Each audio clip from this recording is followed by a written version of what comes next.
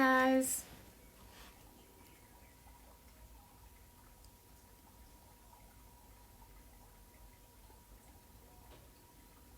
Welcome back.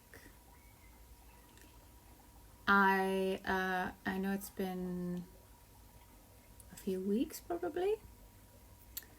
Well, a couple of weeks probably since I've done one. So it's nice to be back, and we're about to chat to Beatie Edney, which is about to happen right now. Hi! Let me get you in the right place.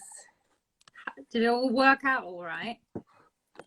Yeah, it said it had problem loading it, and then it was fine. I'd much rather look at you on my computer, but I suppose I can't do that now, can I? I don't think it's a possibility. I don't think that Instagram does a full experience on the computer, but I might be wrong. Okay. You look lovely. Thank you. Nice hair. So do you. How are you keeping it that blonde? You know, dyed hair, when you go in the sun, it's just bleached. Oh, so it's just lightened in the sun? Yeah, I mean, I really need to have it darker, but what can I do? Because it's bleached hair, so it just goes blonder and blonder and blonder whenever I go for a walk with the dogs. I guess you're right. I guess roots are coming through. Yeah, mine is like, you can tell it's growing about an inch or a little bit more than that. But yeah, I guess I've never really had so many highlights before, so I guess they're going to get lighter now, aren't they? Yeah. So, and I'm loving your glasses as well. I'm loving the whole look. So we're just actually down the road from each other, aren't we? We are. We're around the corner. That's quite funny. And we were talking about potentially meeting up for a walk, which we should definitely do. I've got some little people that want to say hello. Can I? Please. Okay, hang on one sec. Absolutely. Come here. Come and say hello to Heida. She hasn't seen you before. Well, for a while. Oh, this is Button. Hi. Was it Button, right? Button. This is Button. I'll get Billy and him in. Hi, I might have to. I think Billy's being a good girl and lying down behind me. Oh. Okay. So, are they loving it that you're always home? The dogs are living their best life because their human is around all the time. Yeah. And they get, not that I didn't walk them before, of course I did, but they get, you know, this lovely walk every day in the same place. Yeah. So it's great. And now I'm going to show you Billy. Oh, hang on. Billy used to come to Cornwall. Yeah, I know. I remember. She's a very good girl. Yeah, I remember you bringing her once on set as well in Bristol, didn't you? So yeah. I mean, you know, they're used to me filming away, and I'm used to have to getting dog walkers and stuff. And what's it like in general, having a dog as an actress that does a lot of film? Have you found it quite tricky, or do you feel like, you know, they accommodate you often, or that you can bring them? Well, Poldark was very special because it was. I wasn't allowed to bring her to Bristol, but that was to do with the car park in Bristol. But Poldark, you know, I was always allowed to bring my dog to Cornwall. They were really lovely about it. We had a lot of dogs on the set, didn't we? Yeah. Do you remember one of the dogs pissed on an actress's dress? I think it was your dress. No, it wasn't my dress. It wasn't my dog. It wasn't my dog. My dog was really well behaved. No, it wasn't. I remember it was the carpenter's dog. Yeah. And he pissed on Crystal's dress. Okay. And it was like this big poofy silky dress. We were all sitting outside, and then he went and pissed on it, which was quite amusing, but not to the costume department. Ben, who was our second AD, used to look after Billy when we were on location in Cornwall. They sort of hung out together, and if it hadn't been for him, I think I wouldn't have had such a good time with her. But also because she had terrible separation anxiety with me. Oh, did she? And one time, you weren't there, we were on location. This is in, I think, series 4, I think, or 3 or 4. And she defenestrated herself out of my Winnebago window. What do you mean? She tried to jump out the window, the tiny Winnebago window.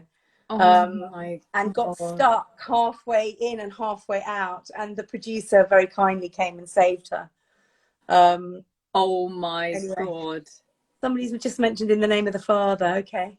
Yeah, so let's take some questions and let's talk about our relationship as well, like how I've been thinking. Well, I remember when I met you, we met at that hotel in Bristol, didn't we? And you had just come from a swim.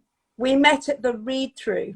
Oh yeah. And for some reason my memory of you is oh yeah, that makes sense. Yeah, of course. So we met at the read-through, and I think the first location for filming was Chavenage, where your house was. Yeah, it was. And you had... So my first scene was with you, and I remember it very, very clearly. Because it was very physical for you, right? No, it was because before the take, I think we'd sort of chatted a bit at the read-through, and we were in the same hotel. Yeah. But you were wearing headphones before the take. Oh. Okay. And I think you had good music on, and you were sort of playing music to yourself, and I was just like, how can she be doing this? I like to like prep with music. Yeah, no, so do I, but usually not pop music, but you know, whatever floats your boat. Yeah. It was very funny. I think what was the scene? Wasn't that the scene where you like ran to the house with a letter, or was that different? Yeah. It was exactly that. And I kept thinking, Beatie's mother is a very famous actress. Okay. I kept thinking, you know, when people are messengers in plays and things, and they've had to run somewhere, and they give the message and it's all delivered. They're never sort of out of breath and puffy. And so I thought it would be really, really funny to be really out of breath. And they sort of let me do it, but sort of didn't. But I just thought it would be so funny if she can't actually get the words out, because she's I like that, especially Prudie, like pretty lazy. So lazy. So she probably isn't used to, and also didn't have to do anything for years, because they were just kind of squatting in that house. Yeah. But you were really sweet at the when we saw it, because I think none of us had seen it when we went to the premiere at the BFI for the first series. Yeah. You were just really sweet. I think you were sitting in the row behind me, and you were just so lovely about it, about how I'd made you laugh. It was really sweet. Because we didn't really have any scenes together at all. No. That's what people keep asking a lot. Like, what scenes did you have together? And apart from that, I can't remember. I know that you had one on a horse. Oh yeah, there was one on the horse. I came to the house and I asked if Demelza was in, or Ross or whatever, and Prudie gave me attitude. And then because she was the go-between, but then she didn't give the letter, right? Yeah, you gave me a letter to give and I didn't give it over. Yeah. I mean, it's crazy. Like, I can probably count them on my hand, but I'm sure there must have been some scenes where you were in it, but we didn't interact. But then again, I guess, I mean, did you have many scenes outside of Eleanor and Aidan? No, and I mean, also there was quite a divide between the sort of servanty class and the masters. And what was really funny was in the later series, Gabriella and I would always be in scenes together. Gabriella played Dr. Ennis's wife, Caroline. Yeah, because they became good friends in the show. Yeah, and so, you know, Caroline was mixing with Prudie. It just used to make us laugh at all, because you would never know what to say to Prudie, you know, and vice versa. And actually, I only curtsied to Caroline. Right, because, And, you know, because Prudie had no idea of curtsying really at all. So I used to curtsy really badly to Caroline. That was my secret with her. Yeah. We did have a lot of jokes about curtsying in the series in general, didn't we? Because Demelza's whole thing was always trying to get better at it, and she like overdid it. She overdid it in the first season, and I guess she got better. So people have been asking, by the way, for those who are wondering, yes, this is Prudy. I know she looked a lot different. Someone was just giving you a compliment that the makeup department must have done a hell of a job, because you look gorgeous, and Prudy doesn't necessarily always do.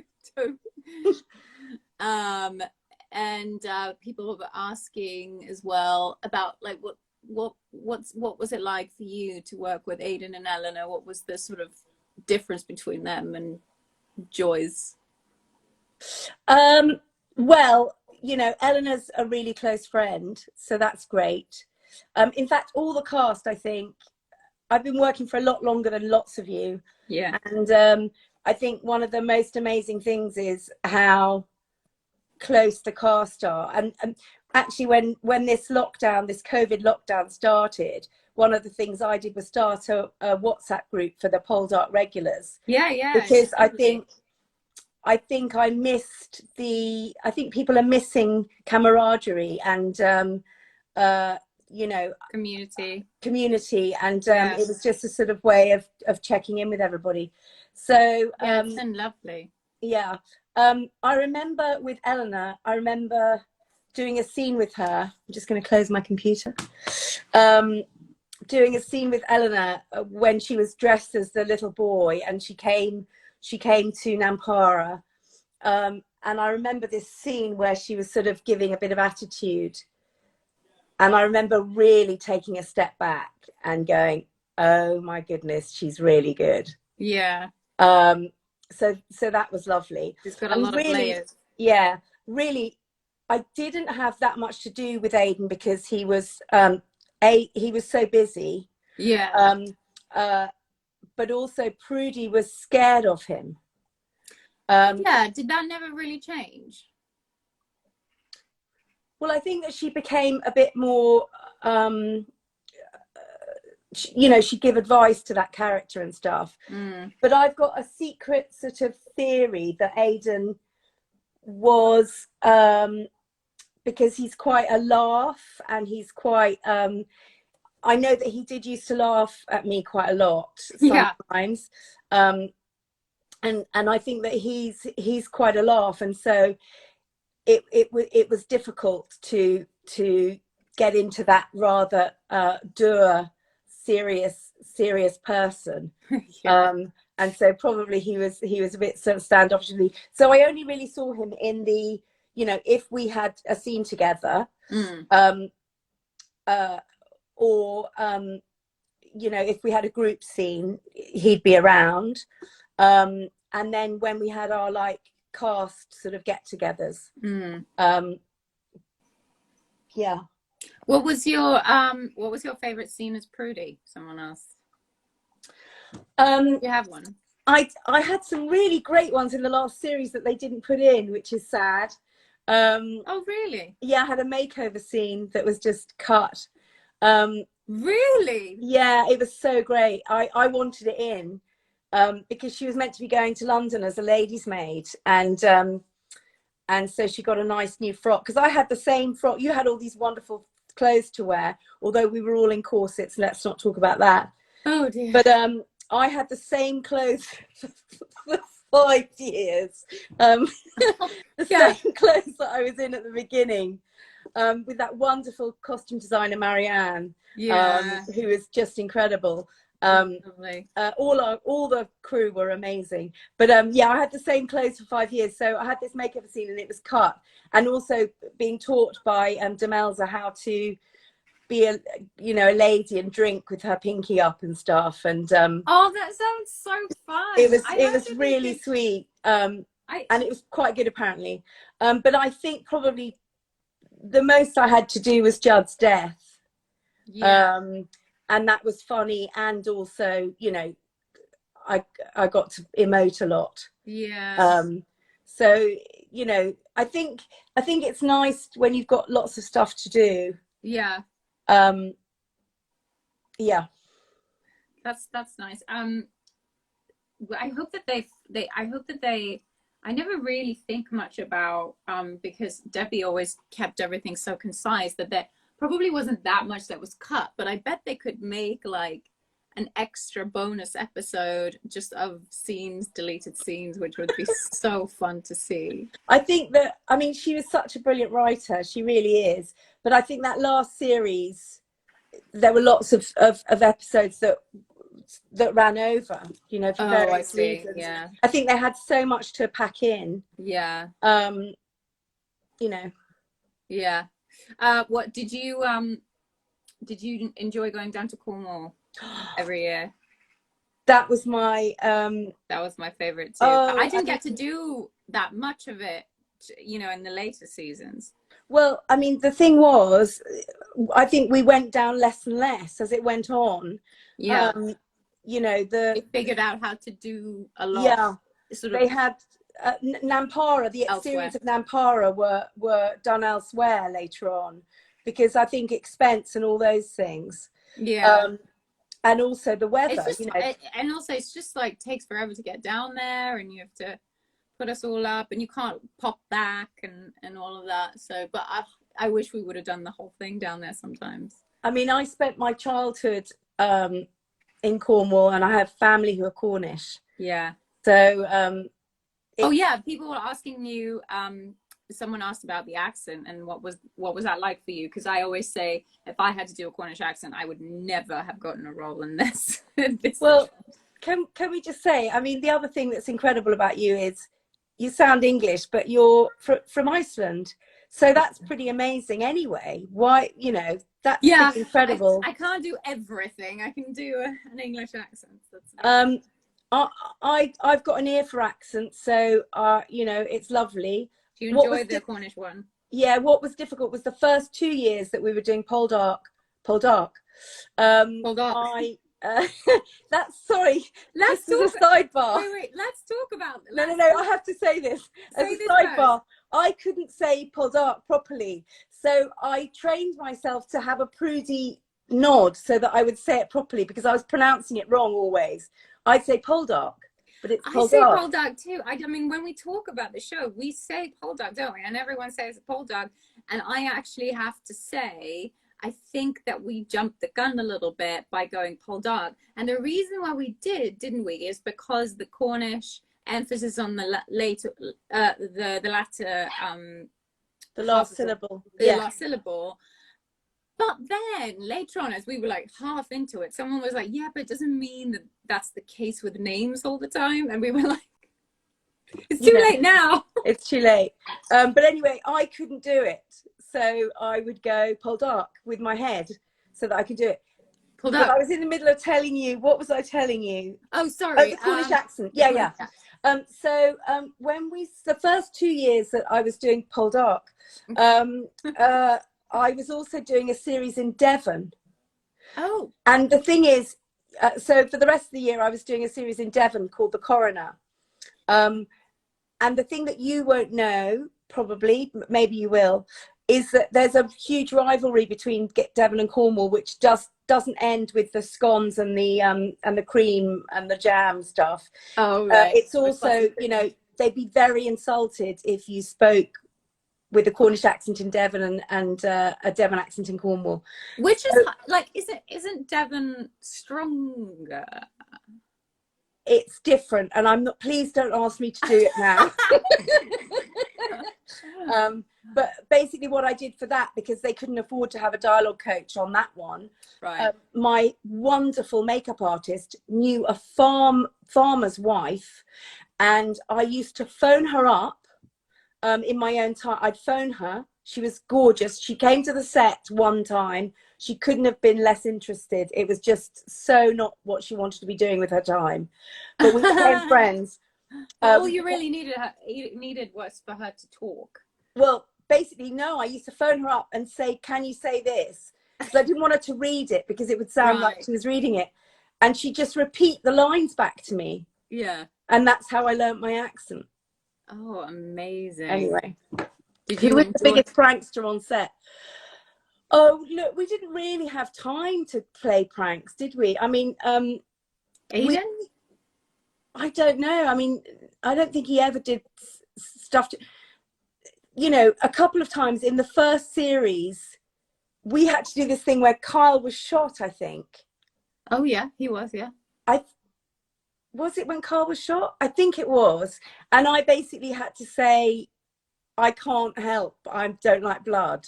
Yeah. Yeah. And it was at the end of the day and they had to get it done. And basically he laughed through my close-up. He just laughed through my close-up. He was just standing there just laughing. Aidan. Yeah. Yeah, he tends to do that.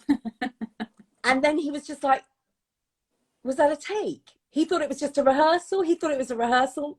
Or did he? Was I so good? But he, so we had to be really, really careful with each other that that kind of thing didn't go on.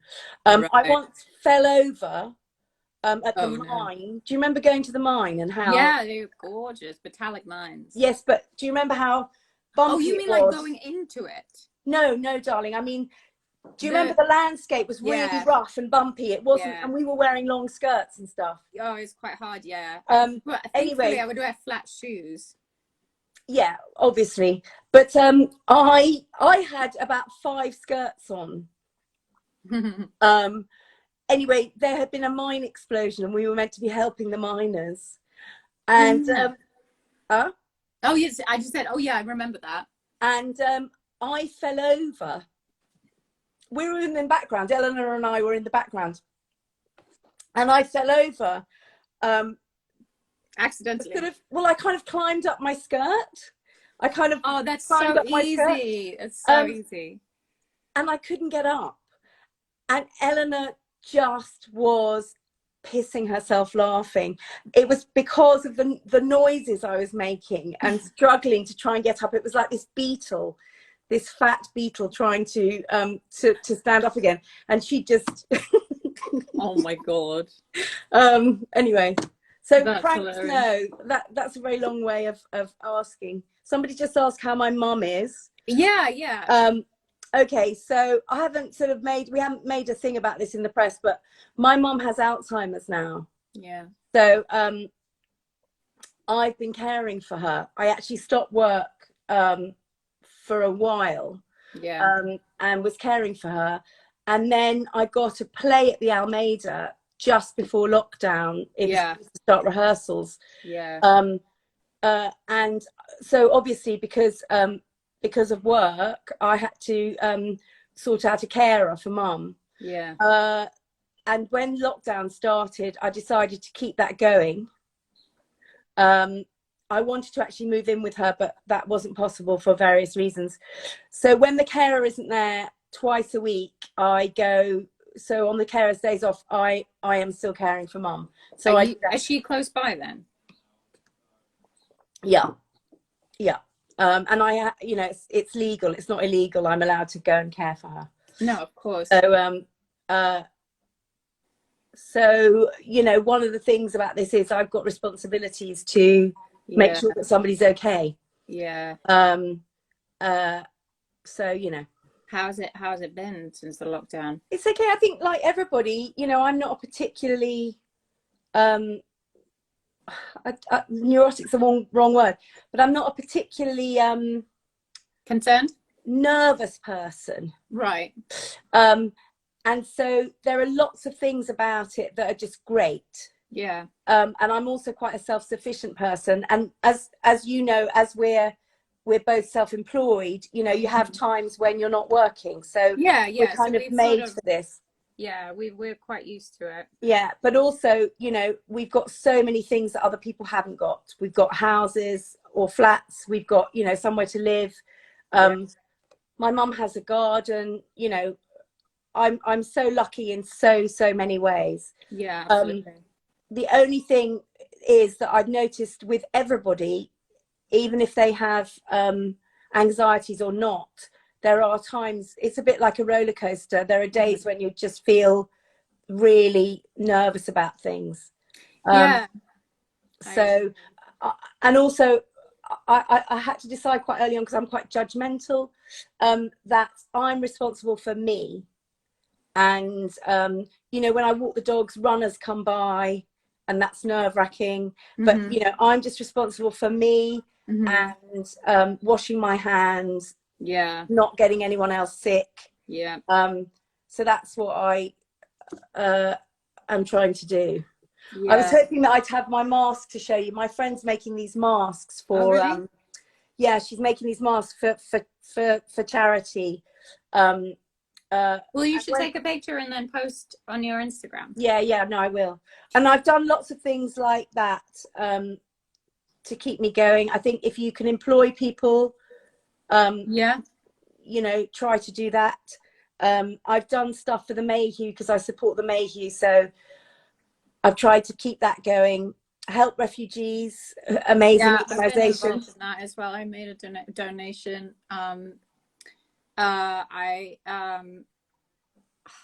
It was on my stories, but maybe I'll put a permanent post on my on my grid so everyone can have a look. And please make a donation, small as you know, anything helps. Exactly. Because the domestic abuse has gone up immensely since the lockdown. Oh, you're talking about Refuge. Yeah, they're amazing as well. Oh, sorry. What did you say? I said help refugees, but no, Refuge is a brilliant charity for women. Yeah. But also, you know, I've been quite creative. I'm doing a lot of writing. I'm developing a project with someone. I had a job online. And then I was a volunteer for Frazzled Cafe, which is for people who are feeling frazzled. They've had to take all of they're like a peer support group. They've had to take it online because of COVID. And that's been really rewarding. And then Sam West, who's an actor, was reading these poems online. They're called pandemic poems. So I've recorded loads of those for him. And now, late at night, I record. Giles Paley Phillips has got this book called 152 Days, and it's about his mum had cancer and he had pneumonia, and so he wasn't allowed to see her. And it's a poetry book. He was at school. It's a book of all these poems. So I'm reading. I think I record about 6 of those a night and then email them to him. But I don't know what's going to happen to it. And, you know, we guys, we don't know, you know, this is awful for everybody. But also, we don't know when we're going to be able to work again. And if that's possible. And so I think I got very sad about that, especially about theatre, because I was going to be working at the Almeida. Yeah. What was that you were going to do? It's a play by Beth Steele called The House of Shadows, which Blanche McIntyre was directing. So it was one of the best things I'd read in a long time. And then I was possibly going to go back to the National again after that. But I do believe that I've heard some amazing things about theatre recently. You have? Yeah, and one of them was that you know, theatre's been around for thousands of years, and so it's going to be around for thousands of years. Love Small Island. Thanks, Lindsay. I loved it too. And one thing that I didn't know, which is really amazing, I know that it happens with music, but I didn't know it happened with theatre. When an audience is watching a play, their heartbeats synchronize. No. Yeah.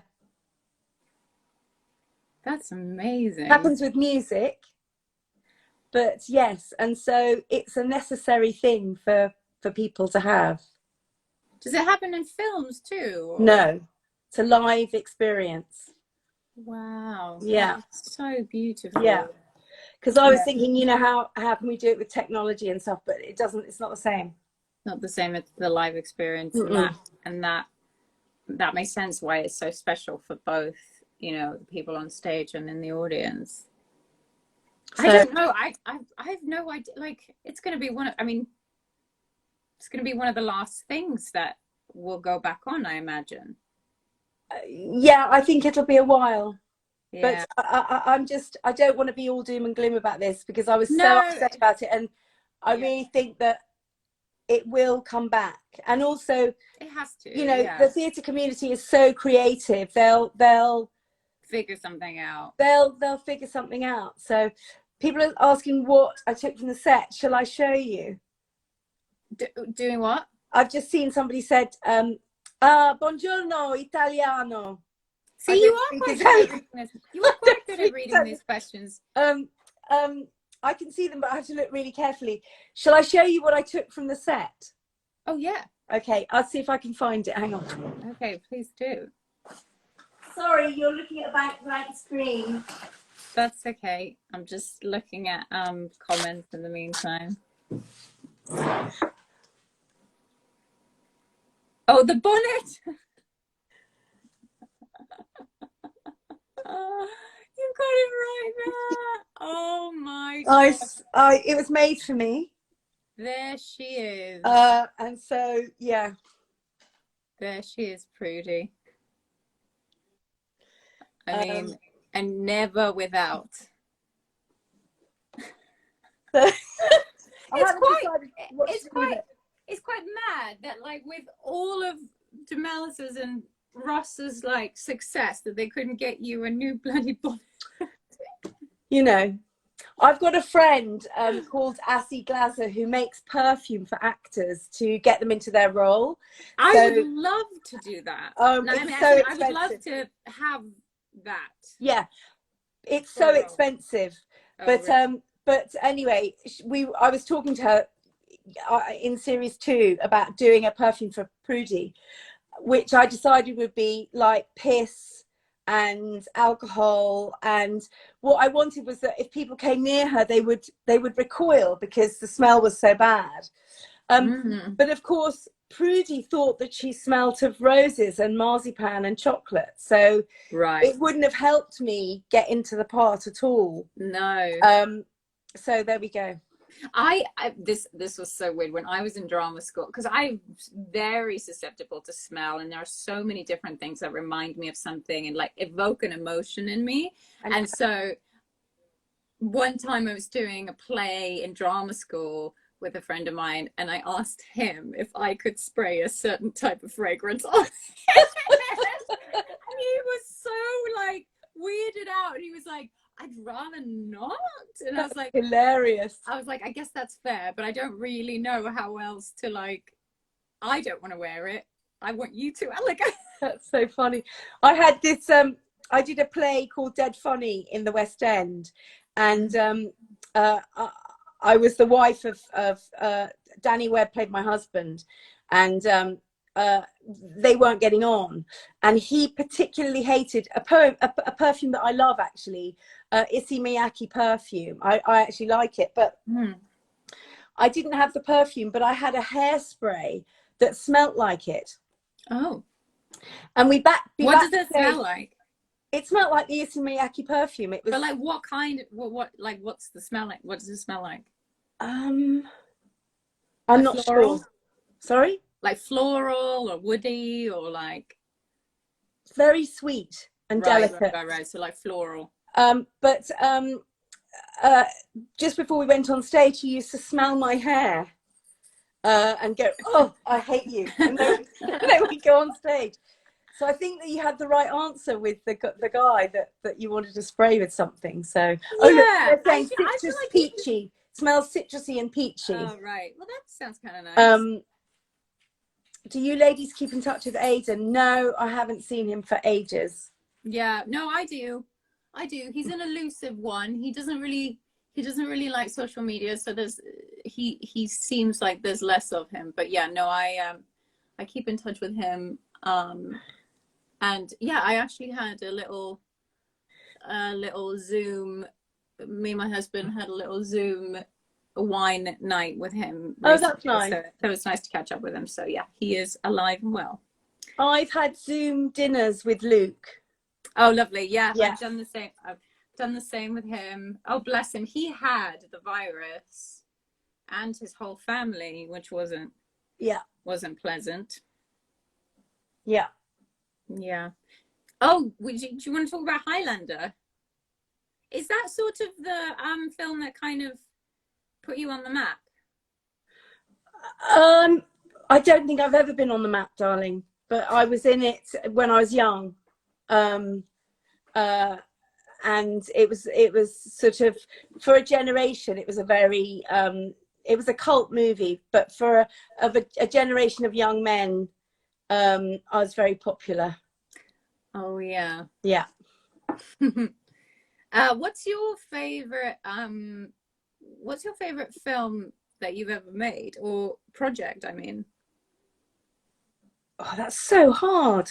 Well, but like, what stands out? I mean, for instance, what stands out, like, apart from Poldark, what stands out in film, what stands out in the theatre? Oh, I love theatre. Poldark, I think I remember crying when they were interviewing us in the last series. They were interviewing us, what will you miss?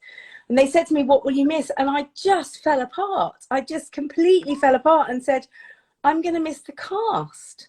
Yeah. Which is, you know, I've done so much work, and that's sort of, you know, extraordinary. And also, I really liked it.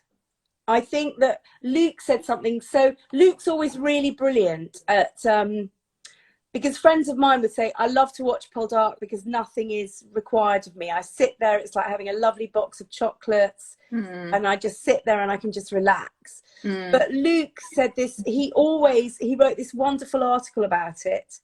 Did he? I haven't read that. Yeah, he read for The Big Issue. But he's got such integrity as a person, I think. Very much and so. You know, he said his character was like a nascent NHS. You know, the character of Dr. Ennis was, and you know, in this article, he said it was about community and it was about helping people and you know, all being together. And I think that that's true. I think that that's why it was popular. It was about people standing together and helping each other in their community, really. Yeah, definitely. It's a very important time in British history as well. Yeah. So, you know, yeah, there were good things. To film, I really, In the Name of the Father was an amazing film that I did that Daniel Day-Lewis was in. And there was a lot of improvisation, so that was really good. Sounds good. Lots of theatre. I loved working with Alan Rickman and Yukio Ninagawa on a thing called Tango at the End of Winter, which was an amazing production. Small Island at the National was an incredible production to work on and be in, and the cast again were amazing.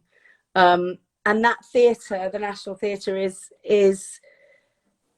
really is a wonderful space. Institution, yeah.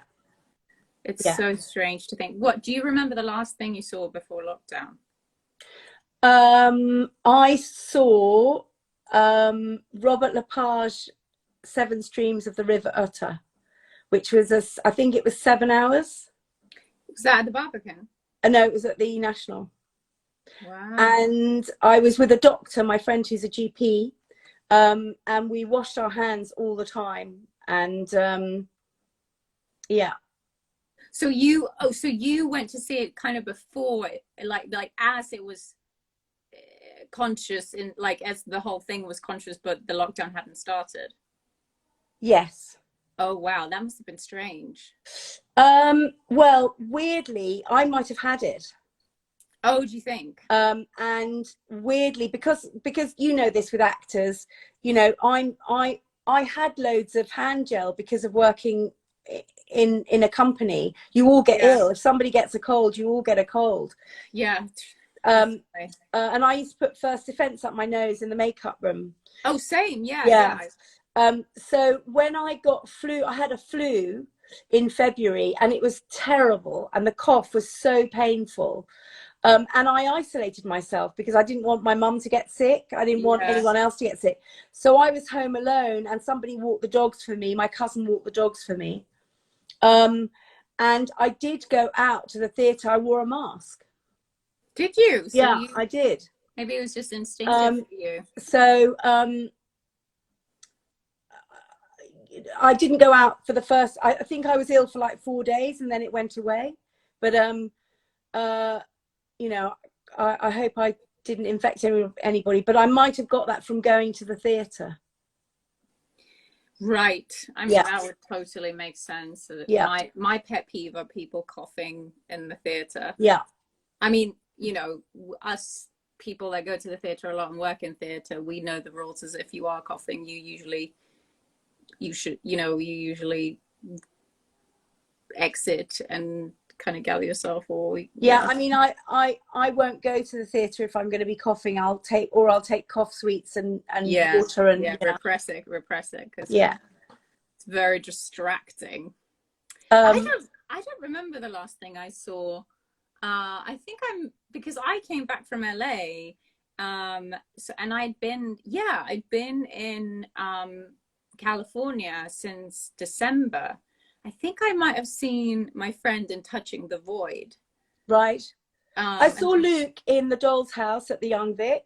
I mean, that was weirdly for a few weeks I was going to see everything. So I saw the Robert Lepage, I saw Leopoldstadt, I saw Luke in the Doll's House. I was about to go and see Tom York in his play, which actually was curtailed by COVID-19. They had to bring it off early.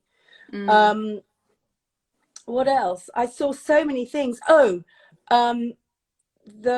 was it called? It was with Maxine Peake at the National. The Welkin. That was fantastic. So I saw a lot of things. I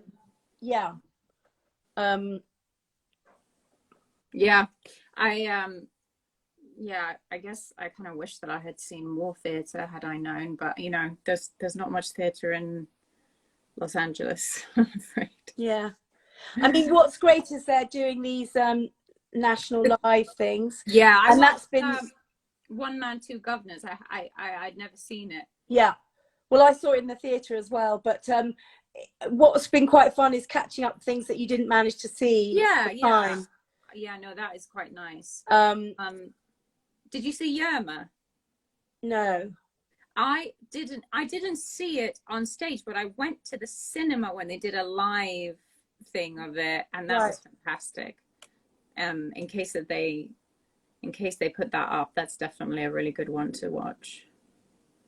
All right, well, I think I'm gonna go and enjoy the outside because I haven't been outside today. Have you?